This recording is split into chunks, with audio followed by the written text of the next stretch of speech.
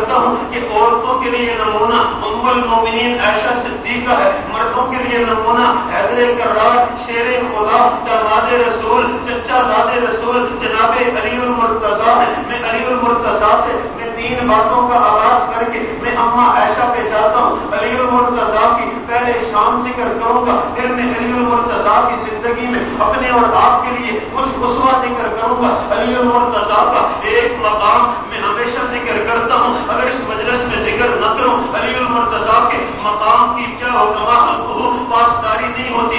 علی کو ایک مقام کو حاصل ہے جو علی کے امام ابو بکر کو بھی حاصل نہیں ہے۔ علی کو ایک مقام ایسا حاصل ہے جو علی کے پیشوا حضرت عمر کو بھی حاصل نہیں ہے۔ علی کو ایک مقام حاصل ہے کہ جو یہ اکیلا نواز ہے اور دور جماعت کو بھی حاصل نہیں ہے۔ وہ کون سا مقام ہے؟ میں عرض یہ کرتا ہوں، قرآن میں ایک حکم ہے، 28واں پارہ ہے، سورہ مجادلہ ہے، یا ایھا الذین آمنوا اذا ناجیتم الرسول فقدموا بین یدی نجواکم صدقہ۔ اے مومنو، جب تم نبی سے کوئی بات کان میں کہنا چاہو اور سر عام نہ کہنا چاہو، کان میں کہنے کی اجازت نہیں ہے۔ نبی کے مرید تو بہت ہے، نبی کے امتی تو بہت ہے، سارے ہی کان میں بات کہنے لگے، نہ نبی کو کھانے کی فرصت ہوگی، نہ نبی کو پینے کی فرصت ہوگی، نہ گھر کے کام کاج کی فرصت ہوگی۔ اس لیے کان میں بات کرنے کے لیے تمہیں صدقہ کرنا پڑے گا۔ پہلے صدقہ کرو گے، پھر تمہیں نبی کے کان میں آ کر بات سرگوشی سے کرنے کی اجازت ہوگی۔ ہاں،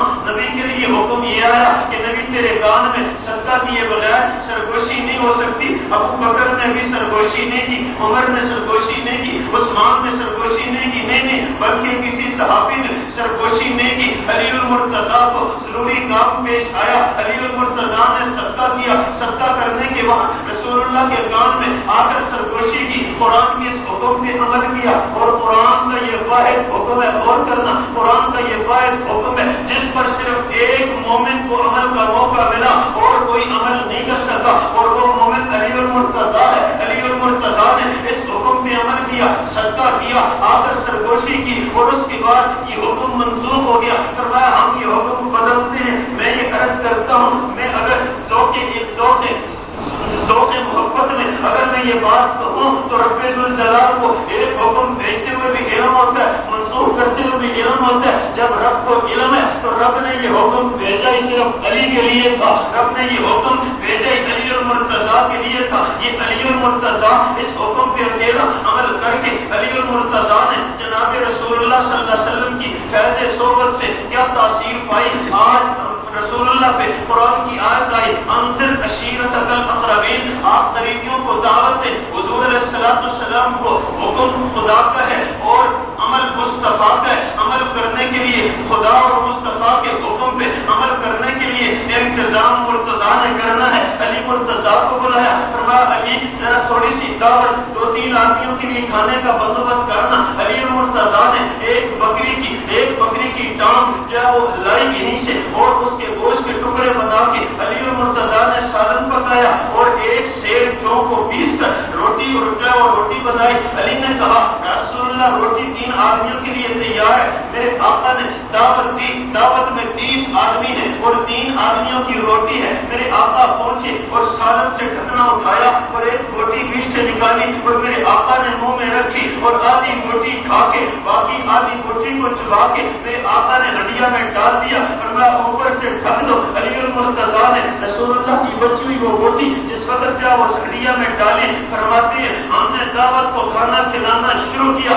30 آدمی دعوت کھا کر چلے گئے، سالن ویسے ہی پڑا تھا جو جناب میرے آقا نے دعوت کھلائی۔ دعوت کھلانے کے بعد میرے آقا نے اصل بات کی طرف توجہ دلائی، میں نے تمہیں دعوت کے لیے اس لیے بلایا کہ اللہ کی عبادت کرو، میری رسالت کا اقرار کرو اور جب بتوں کو چھوڑ دو، شرک اور کفر کو چھوڑ دو۔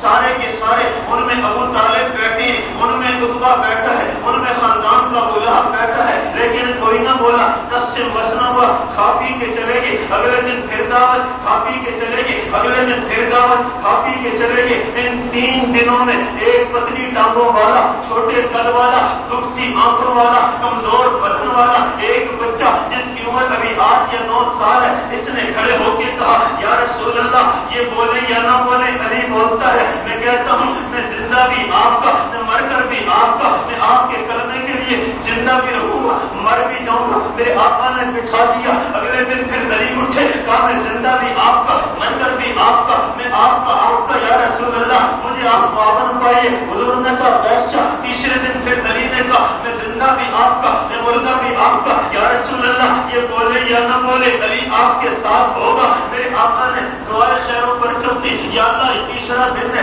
سردار نہ بولے, باپ نہ بولا, چچا نہ بولا, بڑا نہ بولا. میرا اللہ اس کمزور بدن کے اس ضعیف بچے نے میری مدد کے لیے دعویٰ کیا ہے. اے اللہ تو اس کو میری مدد کے لیے قبول فرما. اللہ نے قبول کرنا تھا کس طرح؟ میں دو موقعوں پہ ذکر کرتا ہوں. علی المرتضیٰ کو اللہ نے قبول کیا.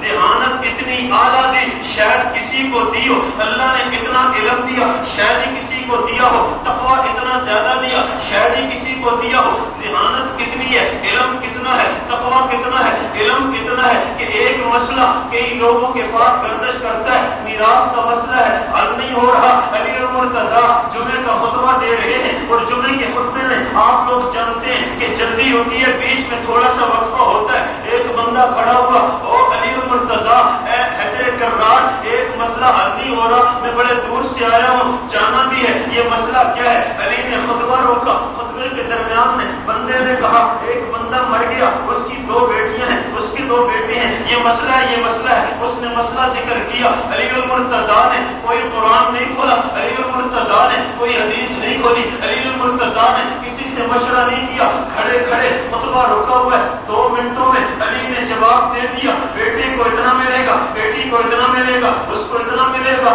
اور رب ذوالجلال نے علی کو اس ذہانت اور علم کی لاج رکھتے ہوئے میراث کی کتابیں اور خطبے کی کتابیں, فقہ کی کتابیں اٹھائیے. باقی سارے مسائل میراث میں ذکر کرتے ہیں, مسائل شرطہ میں ذکر کرتے ہیں, لیکن ایک مسئلے کو فقہا مسئلہ منبریہ کہہ کے ذکر کرتے ہیں. یہ مسئلہ ہی مسئلہ منبریہ ہے. اور اس کو مسئلہ منبریہ کیوں کہتے ہیں؟ کہتے ہیں اس لیے کہتے ہیں یہ مسئلہ کسی سے حل نہیں ہوتا تھا, علی نے خطبے کے دوران منبر کے اوپر حل کیا تھا. منبر منبریہ بن گیا. علم اتنا ہے, میرے آقا نے فرمایا انا مدینۃ العلم وعلی بابها, میں علم کا شہر ہوں, علی اس کا دروازہ ہے. علی کے دروازے سے داخل ہو کے علم کے شہر میں آنا پڑے گا, جس میں ابو بکر صدیق کی چھت بنی ہے, عثمان کی دیواریں, ابو بکر کی بنیادیں بنی ہیں, عمر کی دیواریں بنی ہے, عثمان کی چھت بنی ہے, علی المرتضیٰ کا دروازہ بنا ہے. اس علم کے شہر میں تمہیں علی سے ہو کے آنا پڑے گا.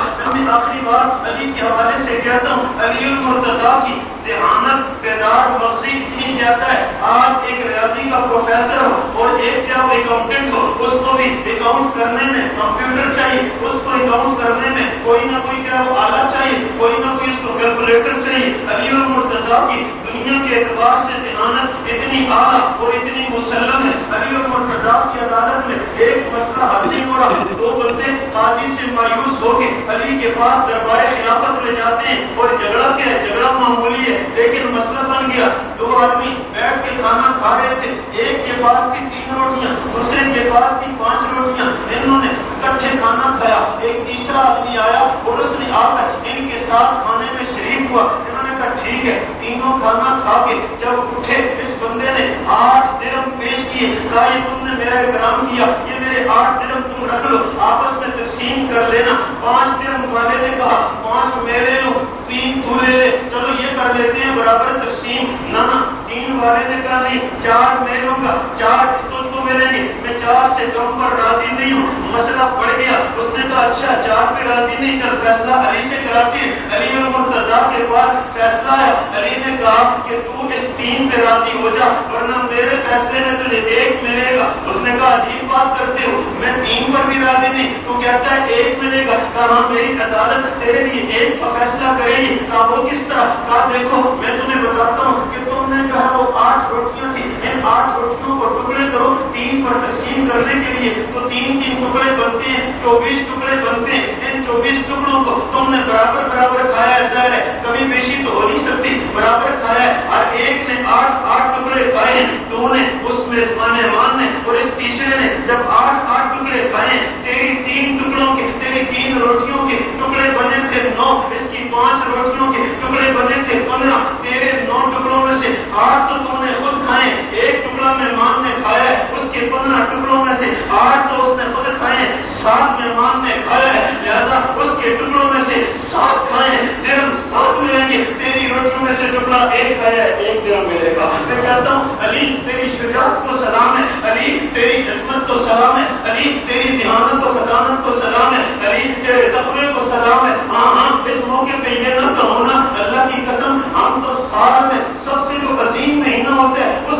عظیم مہینے میں علی کی شان بیان کرتے ہیں، پھر اس کا منہ ٹوٹ کیوں نہیں جاتا، پھر وہ ذلیل کیوں نہیں ہوتا؟ جو کہتا ہے جو بندی علی کو نہیں مانتے، جو کہتا ہے جو بندی علی کی شان کے خلاف ہے، میں کہتا ہوں خدا کی قسم ہم علی کو علی مانتے ہیں، علی کو خدا نہیں مانتے، ہم علی کو مصطفیٰ بھی نہیں مانتے، لیکن علی مرتضیٰ ہے، ہم مرتضیٰ کو مرتضیٰ مانتے ہیں۔ میں ایک بات اور کہتا ہوں، میں کہتا ہوں میرے علی نے جس وقت کلمہ پڑھا تھا رسول اللہ نے علی کو غسل دیا تھا، عمر کی 10 سال غسل کرایا تھا، پھر کتاب لکھنے والے نے لکھا اور عجیب جملہ لکھ دیا، کہا علی کو اسلام کا پہلا غسل مصطفیٰ نے دیا تھا، مصطفیٰ کو آخری غسل مرتضیٰ نے دیا تھا۔ نہیں علی کو اسلام کا پہلا غسل مصطفیٰ نے دیا تھا اسلام میں لانے کے لیے، اور مصطفیٰ کو آخری غسل مرتضیٰ نے دیا تھا۔ یہ مرتضیٰ پیغمبر کا آخری غسل دے گے۔ میں آخری بات کہنے لگا ہوں، جمعۃ الوداع کی حوالت کیا کرتا ہوں، علم اتنا ہے، شجاعت اتنی زیادہ ہے، شجاعت اتنی زیادہ ہے، میرے آقا صلی اللہ علیہ وسلم نے بدر کے معرکے میں سے 3 ادھر سے نکالے اور 3 ادھر سے نکلے، ادھر سے 3 جو آئے تھے ان میں سے ایک قطبہ، دوسرا شیبہ اور تیسرا جو ہے وہ ولید۔ اس ولید کو مارنے کے لیے حضرت ابو عبداللہ بن جرح تنوین حاضر امہ لگتے ہیں آپس میں، لیکن دونوں آپس میں مڑ بھیڑ ہے۔ علی نے اپنے مقابل کو مار دیا، حمزہ نے اپنے مقابل کو مار دیا، حمزہ بڑے علی چھوٹے ہیں۔ یہ چھوٹا جس وقت اپنے کو مار چکا اس نے دیکھا ابو عبیدہ بن جرح ابھی تک لڑ رہا ہے، علی المرتضیٰ نے آؤ دیکھا نہ تاؤ دیکھا اور آگے بڑھ کر ابو عبیدہ بن جرح کے مقابل ولید کو قتل کر دیا۔ میں نے کہا بدر کا پہلا مارکا ہے، اس مارکے میں 3 ادھر سے نکلے 3 ادھر سے نکلے، اگر ایک سے مرتا جاتا مسئلہ کچھ نہ ہوتا، لیکن اللہ نے اعزاز دینا تھا حمزہ سے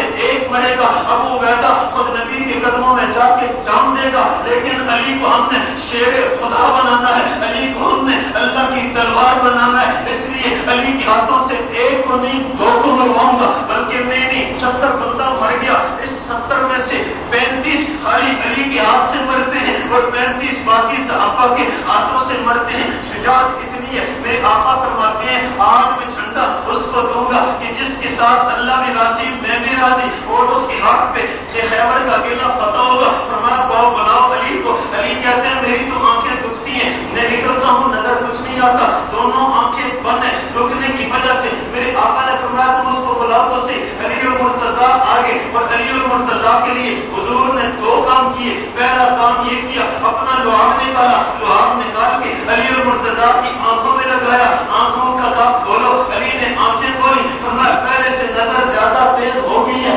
آنکھیں ٹھیک ہو گئی ہیں۔ اور دوسرا کام اس سے بھی بڑا ہے، شاید آپ نے آج تک سنا نہ ہو، علی المرتضیٰ سردیوں میں کبھی پتلے کپڑے پہن کے آتے ہیں اور کبھی گرمیوں میں موٹا جوڑا پہن کے آتے ہیں۔ 2 بندے دیکھتے ہیں، وہ ہم دیکھتے ہیں گرمیوں میں جو کپڑا ہم سے نہیں پہنا جاتا علی اکثر پہنتا ہے، سردیوں میں جو کپڑا ہم سے نہیں پہنا جاتا علی اکثر پہنتا ہے۔ اس سے پوچھو تو صحیح یہ کرتا کیا ہے؟ اس کو سردی نہیں لگتی، اس کو گرمی نہیں لگتی، سردیوں میں پتلا جوڑا گرمیوں میں موٹا جوڑا بے تکلف پہنتا ہے۔ علی سے ہمت کر کے کسی نے پوچھا اے کرار یہ وجہ کیا ہے، اس میں وجہ اور سبب کیا ہے؟ علی نے کہا تمہیں نہیں پتا، جب میں خیبر میں رسول اللہ کے بلانے پہ آیا تھا میرے آقا نے میری آنکھوں میں لحاف ڈالا تھا اور کہا تھا یا اللہ اس کی نظر کو تیز کر دے، اللہ اس کی آنکھوں کو ٹھیک کر دے۔ اور دوسری دعا حضور نے یہ کی تھی، میں نے کہا تھا یا رسول اللہ کیا سردی ہے، مجھے سردی بہت لگتی ہے، گرمی بھی بہت محسوس ہوتی ہے۔ میرے آقا نے دعا کے لیے ہاتھ اٹھائے تھے،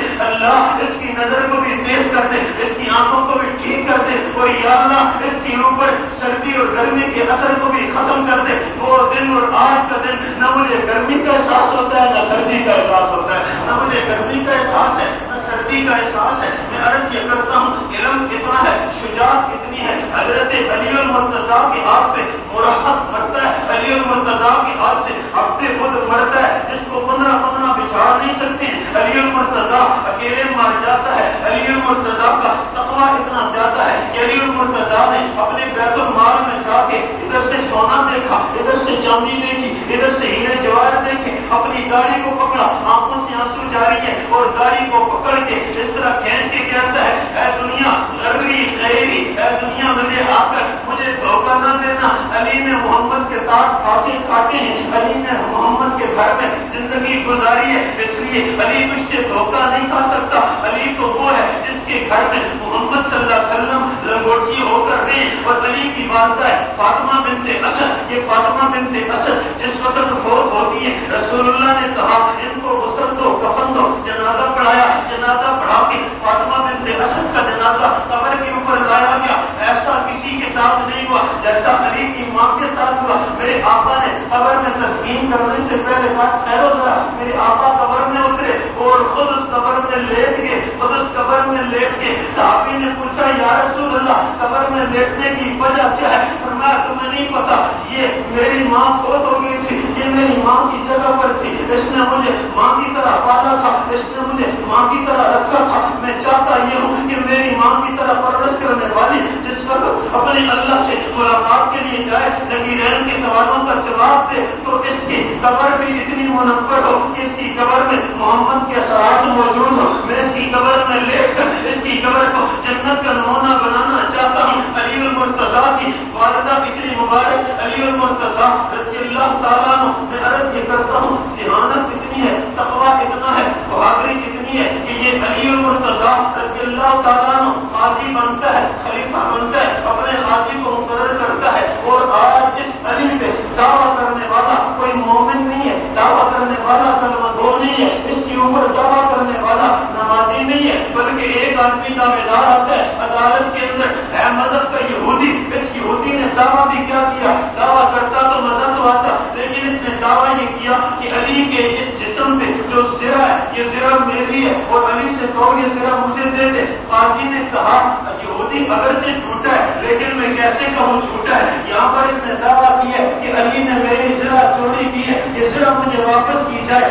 قاضی نے پروانہ بھیجا, علی عدالت میں آؤ, آ کر اس دعوے کا جواب دو کہ زرہ واپس کرو گے یا کوئی اور سزا بھگتو گے. علی المرتضیٰ نے عدالت میں حاضر ہو کے کہا قاضی صاحب یہ زرہ میری ہے اور اس پر میرے 2 گواہ ہیں. اسلامی عدالت کو دیکھو اور آج کے کراچی کے اور دنیا کے حالات کو دیکھو. علی المرتضیٰ نے عدالت میں حاضر ہو کے اپنے قاضی سے کہا یہ زرہ میری ہے, یہودی جھوٹا ہے, کا دلیل کیا ہے؟ کا 2 گواہ ہیں میرے. پہلا گواہ پیش کیا اپنے بیٹے حضرت حسن کو, اور دوسرا گواہ پیش کیا اپنے غلام اور خادم اور نوکر کو. یہ دونوں گواہ ہیں, یہ گواہی دیں گے زرہ میری ہے, یہودی کی نہیں ہے. اسلامی عدالت کا انصاف دیکھو. علی المرتضیٰ نے جب یہ 2 گواہ پیش کیے, قاضی نے ایک کی گواہی سنی, دوسرے کی گواہی سنی, اور دونوں کی گواہی سن کے رد کر دی. کہا علی میں یہ گواہی قبول نہیں کرتا. کیوں؟ امیر المومنین ہے, گواہی قبول نہیں ہے. کہا کیوں؟ کہا اس لیے کہ میرے آقا صلی اللہ علیہ وسلم نے فرمایا باپ کے حق میں بیٹے کی گواہی قبول نہیں ہے, آقا کے حق میں غلام کی گواہی قبول نہیں ہے. تیرا غلام ہے, غلام کی گواہی آقا کے حق میں قبول نہیں, بیٹے کی گواہی آقا باپ کے حق میں قبول نہیں. اس کی میں اس گواہی کو ریجیکٹ کرتا ہوں, گواہی تو رد ہوگی. علی المرتضیٰ کے خلاف فیصلہ ہو گیا اور زرہ یہودی کو ملنے والی تھی. قاضی نے فیصلہ سنایا, چونکہ علی اپنے دعوے کو ثابت نہیں کر سکے, گواہ نہیں دے سکے, اس لیے میں زرہ کا فیصلہ یہودی کے حق میں اس کی قسم کے ساتھ کرتا ہوں. یہودی نے زرہ ہاتھ میں لی, بڑی عدالت کے اندر کلمہ شہادت پڑھتے ہوئے کہا اشہد ان لا الہ الا اللہ واشہد ان محمد رسول اللہ. میں اس محمد کا کلمہ پڑھتا ہوں جس محمد نے علی جیسے پروانے تیار کیے ہیں کہ اپنی عدالت ہوتے ہوئے بھی ایسا انصاف یہودی سے کرتے ہیں, ایسا انصاف یہودی سے کرتے ہیں. مجھے کلمہ پڑھا دیجیے. عدالت کتنی ہے, بہادری کتنی ہے.